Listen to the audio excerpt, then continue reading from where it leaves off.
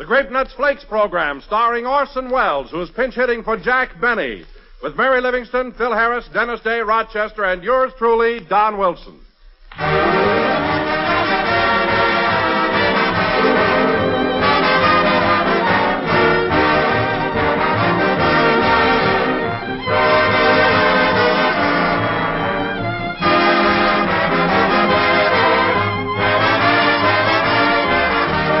How's this for a pretty good little motto I saw in the tailor shop the other day? A man is not completely well-dressed unless he wears a smile. Pretty good philosophy, huh? And ladies, wouldn't you like to see your husband leave for work every morning with the same completely well-dressed look, a smile? Well, the right kind of breakfast is certainly a great little starter offer.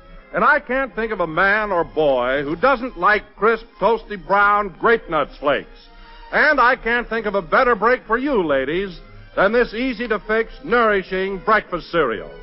There's a teasing, pleasing zest to eating Grape Nuts Flakes with that malty, rich, sweet-as-a-nut flavor, your favorite Grape Nuts flavor in toasty brown flake form. And Grape Nuts Flakes are a whole-grain cereal, you know, so they bring you grand all-around nourishment. Better make it Grape Nuts Flakes at breakfast tomorrow, ladies, and remember, Grape Nuts Flakes are not ration.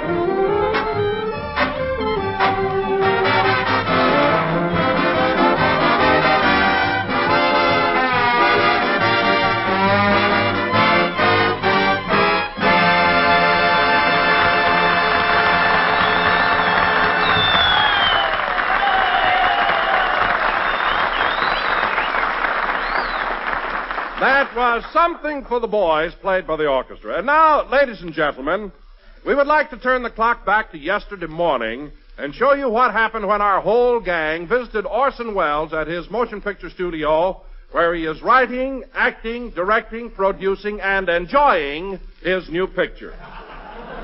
Mary had just returned from the East the night before, so Phil and Dennis stopped by her house to give her a lift.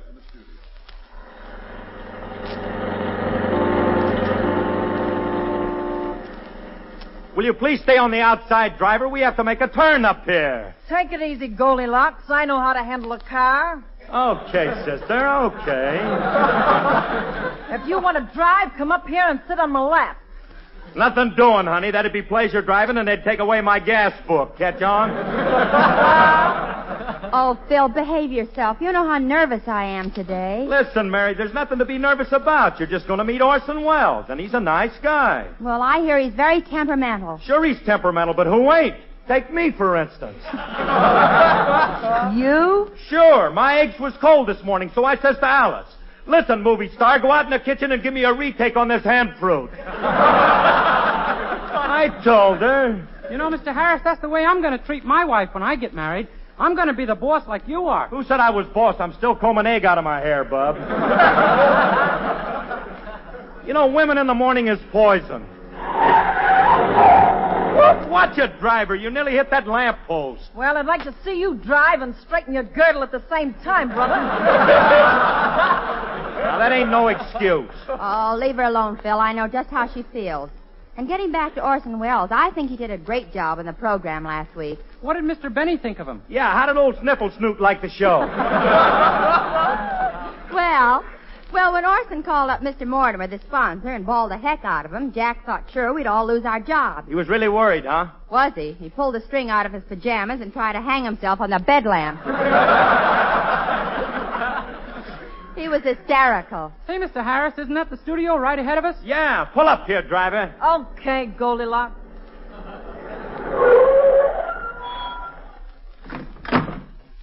How much do we owe you, miss? Skip it, handsome. Just give me your phone number. But, gosh, the meter says $1.50. Don't underrate yourself, Junior. So long.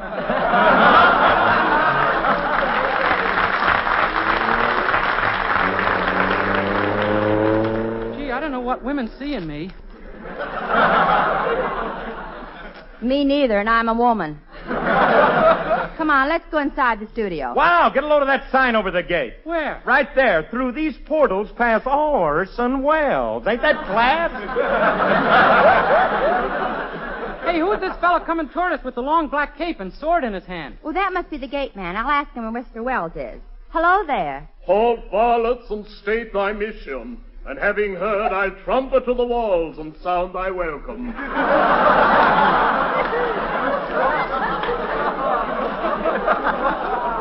Now let's all get a load of that character. Yeah. Pardon me. Could you tell us what stage Mr. Wells is on? All the walls are stage, and all the men and women merely players. I'd give $1 million if I could mush mouth like that.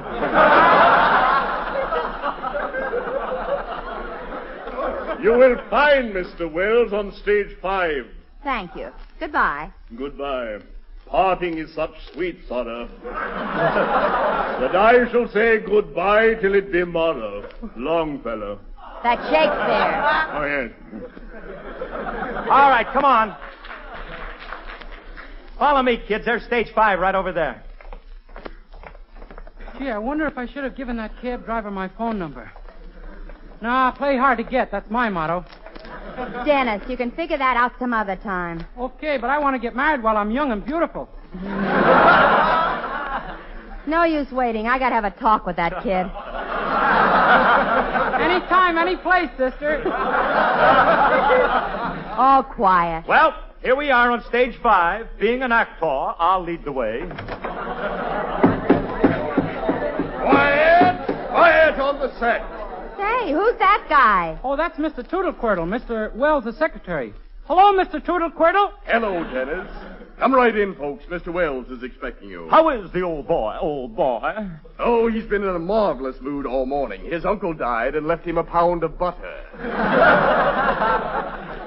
I don't see Mr. Wells around the set. Where is he? He'll be here shortly, miss. At present, he's in his dressing room with his valet, changing into formal dinner clothes for the next scene. Confound this blasted tie. It always comes out longer on one end than the other. Oh, valet! Valet! Right here, Mr. Wells.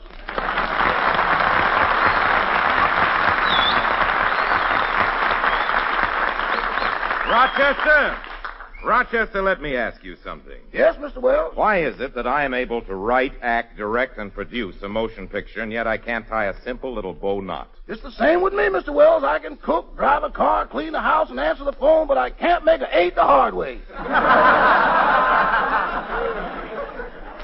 Here's your cufflinks, Mr. Wells. Thank you. Incidentally, Rochester, when are we going to continue with that interesting game you've been teaching me, the one that involves those little spotted ivory cubes?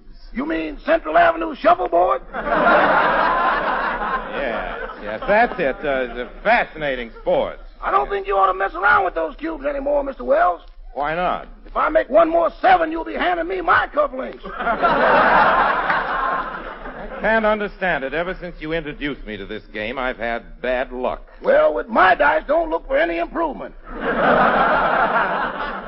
They work so well together, I call them Abbott and Costello. Oh, I see. Here, let me help you into your tailcoat. Thank you. Oh, by the way, Rochester, I noticed a dab of ketchup on my gray suit this morning. You may have it. Thanks, Mr. Wells. Ketchup is hard to get nowadays.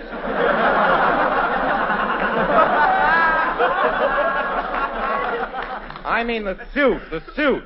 Suit is yours. Oh. Well, thanks, Mr. Wells. Thanks very much. What are you so excited about? Hasn't Mr. Benny ever given you an old suit of his? Just the one he wore with Teddy Roosevelt's Rough Riders. But I ain't got a horse. Oh, in that case, I shall give you a horse, a fine Arabian steed. Mr. Wells, working for you is paradise. Come in. Yes, Miss Harrington. Ready for you on the set, Mr. Wells. Here's the next scene we're shooting for your approval. Good. I'll glance over it. Oh, no. No, this will never do. Only an idiot could compose such drivel. But, Mr. Wells, you wrote this yourself. And there's no use waiting. I'll have to have a talk with me. Miss Harrington, take down these changes. Yes, Mr. Wells. Instead of a ranch house in Arizona, it shall be a penthouse in New York City. Yes, Mr. Instead of Wells. guitars playing softly in the background, I want a thunderstorm with lightning. How many bolts? At least a dozen. And finally, instead of the girl slapping my face when I kiss her, she shall thrust a dagger deep into my bosom. Yes, I shall die. Die?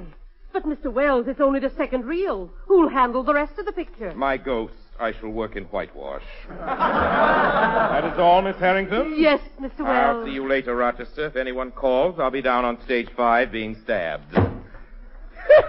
What a man. Never a dull moment around here.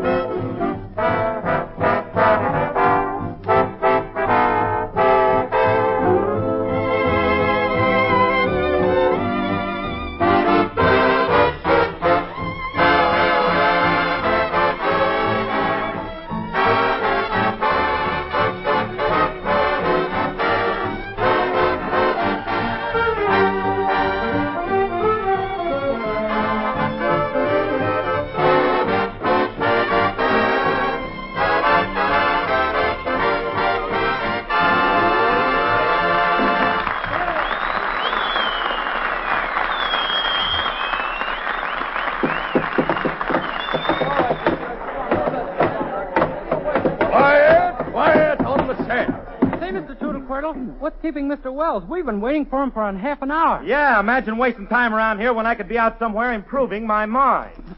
Don't be silly. There are no burlesque shows open this time of the morning. Oh, I mean with books or something like that.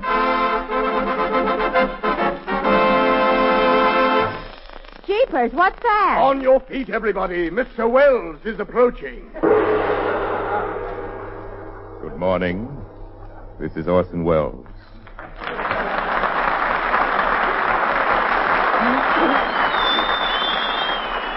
Well, Dennis and Phil, I'm glad you dropped by. Have you been here long? Yeah, quite a while, but I told the kids, let's hang around till Orson gets here. Orson? Who is Orson? That's you, silly. Orson. That's murder. Well, who is this charming young lady? Come, my dear. Speak up. Well, my name is Mary Livingston, and I'm not the least bit nervous, so there. Now, Mary, there's nothing to be nervous about. When did you get back to town? Yesterday on the Super Chief. I got off at Pasadena. Oh, I wish I'd known that. I would have arranged for the Tournament of Roses to be held simultaneously with your arrival. Gee, I like this guy. Yeah, didn't I tell you that Orson really does things in a big way? Who did anything? He just said it. Well, Dennis, I have spent years inflating the balloon that is Wells. Please do not puncture it. Yes, sir. Tell me, Mary, how's Jack coming along? Is he up and about? Oh, yes, he's feeling a lot better. A few more days, and he'll be all over his nervous breakdown. Nervous breakdown? I thought Jack had a cold in his chest. He did, but when he got his doctor bill, he went right from a mustard plaster into a straitjacket. What? It took 4 of us to hold him down. Good heavens. Pardon me, Mr. Wells. What is it, Miss Harrington? Would you mind okaying the budget for this sequence? Not at all. There'll be one change here, Miss Harrington. Instead of wardrobe, $8,000. Make the wardrobe cost $9,000. But, Mr. Wells... But nothing. I promised one of the extra girls a mink coat. That is all, Miss Harrington? Yes, Mr. Wells. Yes, Mr. Wells. Yes, Mr. Wells. Sometimes I wish I weren't perfect so people could differ with me. It's written out for me. Dennis, what are you doing with that script? Oh, I was just looking it over, Mr. Wells. I thought there might be a part in it for me where I'm a big lover. Lover? Oh, I'm sorry, Dennis. You're definitely not the romantic type. Oh, yeah? Did a cab driver ever ask you for your phone number? Yes, and I'm having dinner with her tonight. Oh, Arthur, you're really on the beam, kid.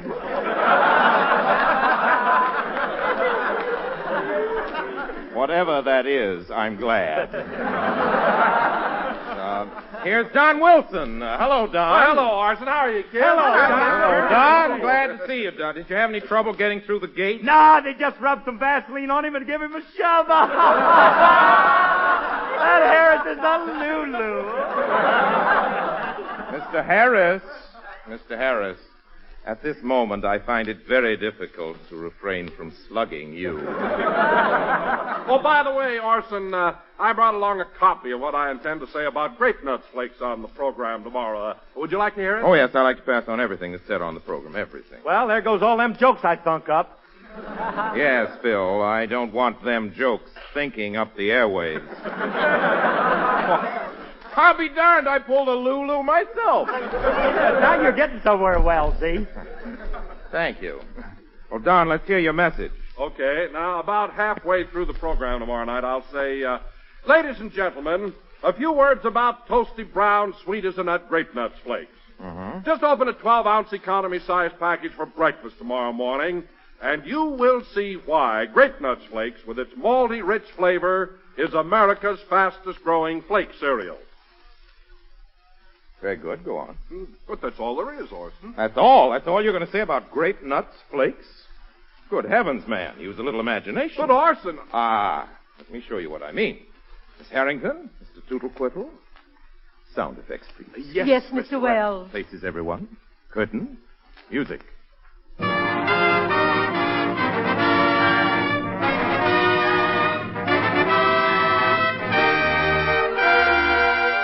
Presenting Grape Nuts Flakes, I Love You, an Orson Welles production. Produced and directed by Mr. Welles, and starring Orson Welles.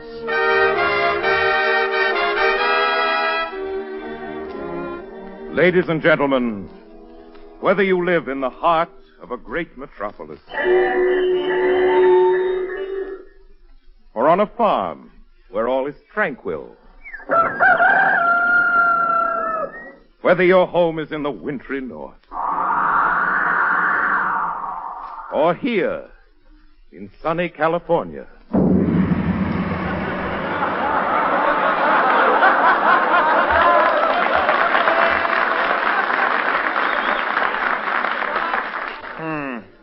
wherever you live, ladies and gentlemen, you will love the malty, rich flavor of toasty, brown, sweet as a nut, Grape Nuts Flakes.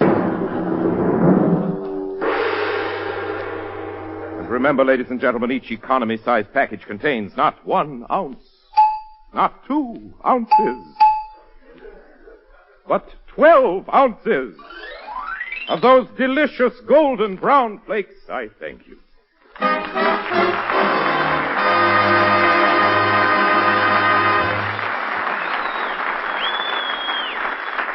Oh, I feel much better now.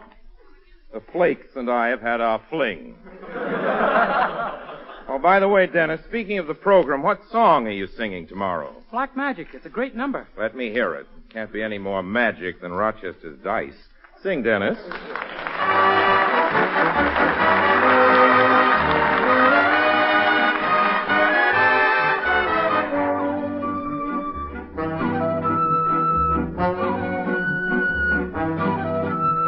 That all black magic has in its spell, that all black magic that you weave so well, those icy fingers up and down my spine, the same old witchcraft when your eyes meet mine, the same old tingle that I feel inside, and then that elevator starts its ride.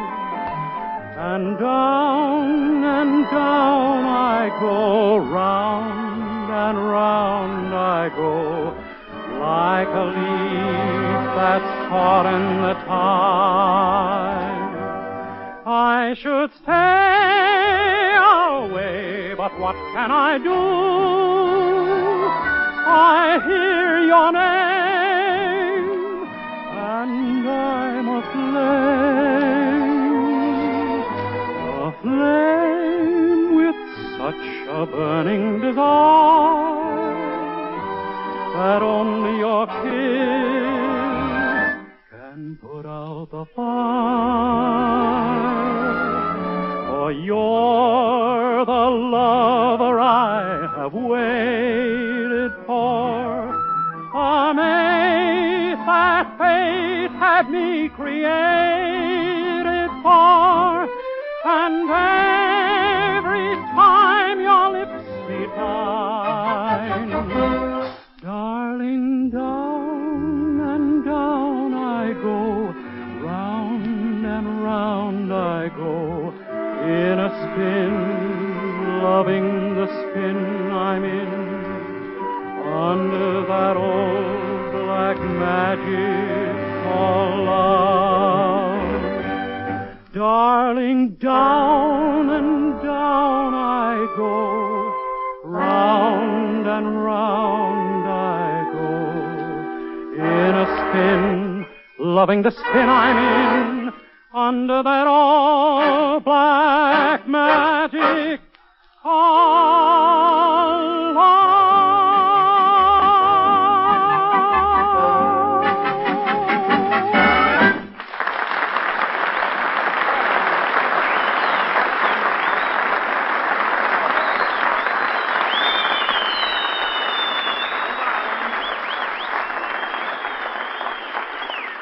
Excellent, excellent, Dennis. I like that number very much. You may sing it on the program tomorrow. Thank you. However, the following Sunday, I think you should do something operatic. I want you to sing the quartet from Rigoletto.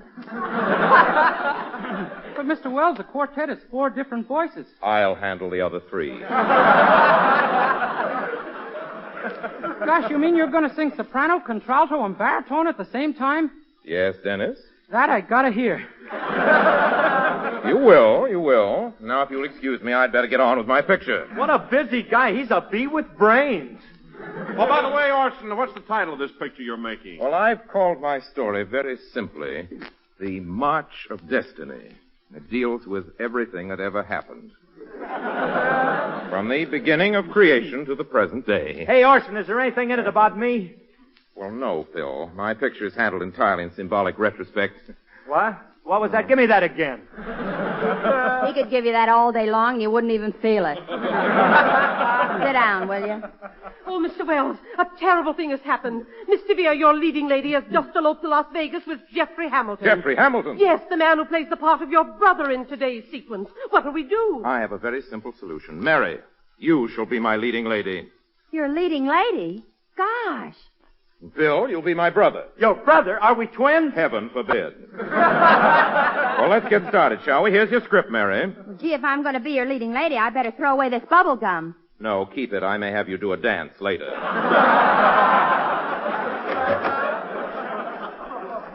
Pardon me for interrupting, Mr. Wells, but we just had a long-distance call from Mr. Benny. For Mr. Benny, what'd he want? He wanted to know if I was happy in my new job working for you. What'd you tell him? I lied, and now he's happy. I know Jack. He didn't call long distance from Chicago just to find out if Rochester was happy. Wonder what else he wanted. Well, he's getting better. Maybe he wanted to know if that cab driver has a friend. That's probably it. Now, Mary, Phil, before we rehearse, I think I'd better explain the scene to you. Quiet, everybody. Mr. Wells is explaining. Now, Mary, in this scene, you as my fiancée and Phil as my brother have parts which overshadow mine in dramatic intensity. You mean we're more important than you are? Definitely. The motivation of the scene, its mood and pulse and tempo rest entirely in your hands. I want my face in the picture, too. Mary, please. Please. You, Phil, will play the part of my younger brother, who is a cheat, a cur, and a scoundrel. Oh, I get it. A heel without a soul.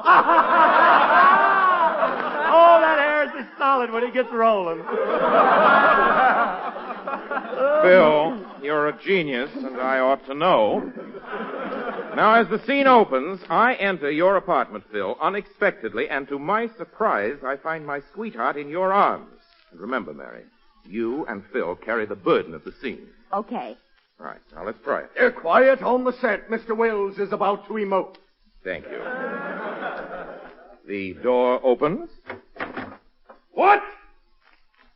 What's this? Mildred, what are you doing here? Answer me, I say. What are you doing in my brother's apartment? Well, No explanations are necessary.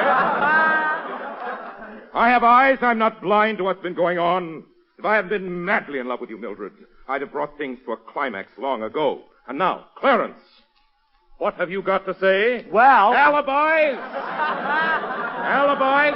Nothing but alibis. To think that the two of you have been together every afternoon for months. Why are you looking at me like that, Mildred? Have you something to tell me? Come, speak up.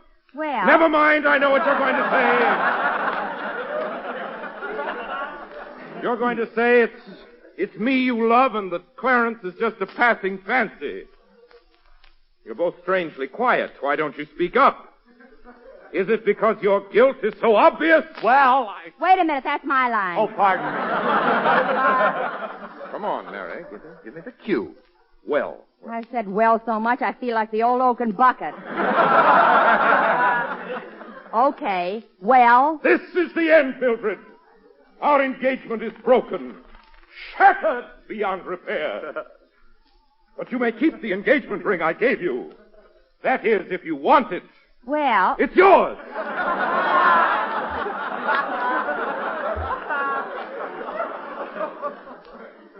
I must leave now. And as for you, Clarence, if you ever so much as cross my path again, I shall thrash you within an inch of your life. Goodbye. Clarence, my love, kiss me. Darling, I love you. No. Let's cut that. After my exit, the scene is definitely over. All right, places, everyone. Let's shoot it. Camera, lights, action!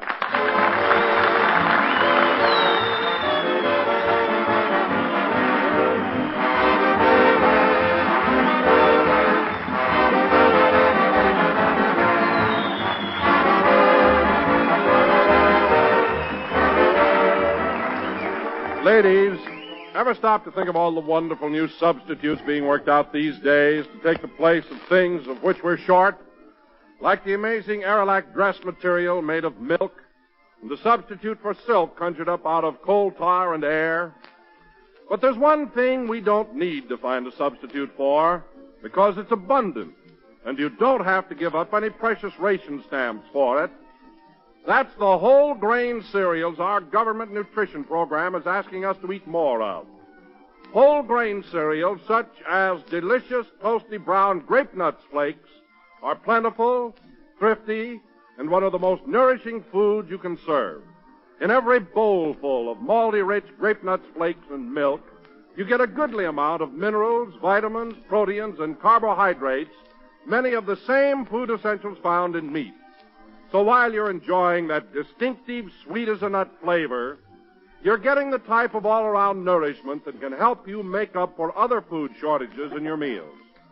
So serve more whole grain cereals. Ask your grocer for grape nuts flakes, delicious, nutritious, thrifty, and not ration. And so, until next Sunday night, ladies and gentlemen, this is your obedient servant, Orson Welles. And Mary, I'm glad you're back on the show. It's been a pleasure working with you today. Same here, Orson. Good night, everybody. Good night, doll.